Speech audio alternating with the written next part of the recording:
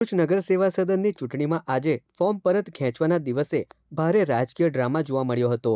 નગરપાલિકાના ward number 5માં કોંગ્રેસના ઉમેદવાર રાજવીર વસાવાએ ફોર્મ પરત ખેંચી લીધું હતું।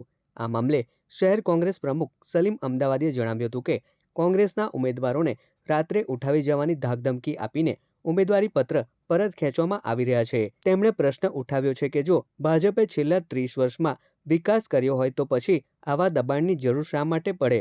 આ સાથે જ તેમણે વોટ ચોરી, એસઆઈઆરમાં ગેરરીતિ અને ઉમેદવારોને દબાણ હેઠળ ફોર્મ ખેંચાવવાના પણ આક્ષેપો કર્યા છે।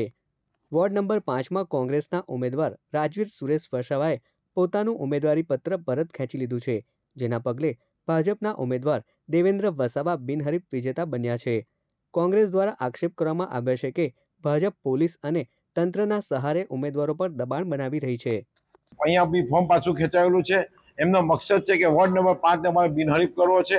એ જ વોર્ડમાંથી એમનો આદિવાસી ઉમેદવાર જે પ્રમુખનો ઉમેદવાર છે એને બિનહરીફ કરવા માટેની આ કોશિશ છે।